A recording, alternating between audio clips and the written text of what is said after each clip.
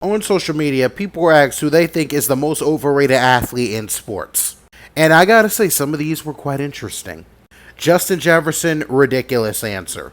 The man has the most yards by receiver in their first however many seasons for a reason. He's literally a beast. I don't want to hear this anymore. How in the world is Tom Brady the most overrated and lucky athlete in sports history? This guy went to Tampa Bay, a team that hadn't won a Super Bowl in forever, in years. Really ever, right? And he immediately takes them to a Super Bowl win. Like, come on, bro. You can't call that guy overrated and quote lucky.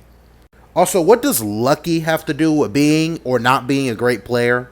Yeah, I don't agree with this either. Odell is very, very popular, but I don't think anyone regards him as some crazy good wide receiver anymore.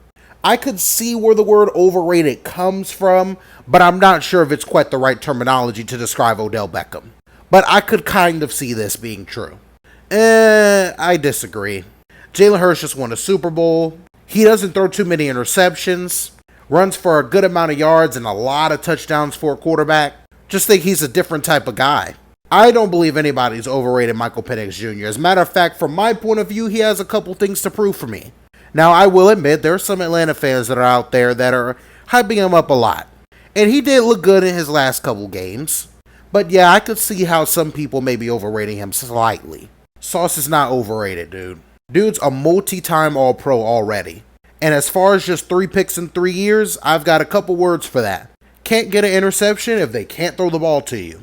Dude's a shutdown corner. I don't understand the hate he's getting these days. DJ Moore, limited route tree, and it's more limited than any other wide receiver one, relies on the short game. I could see this being true, honestly. Think DJ Moore is a great receiver, but yes, his route tree is a little bit limited, especially if you're trying to put him at wide receiver one. I think he would be a perfect wide receiver two, though. But yes, I see this as truthful. I think a lot of people are very high on Justin Herbert, and I could see why some would call him overrated, but the dude is very, very, very, very good, and he's also like 6'6". But people do regard him as a top 5 quarterback in the league sometimes. I think that's going a little bit too high on him, so I could see why this is true. There are definitely some people out there glazing Bo Nix a little bit, and he just had a really good rookie season. He was great in college. But yeah, I can see how this is true too. Let me know what you think, though. Did we miss anybody?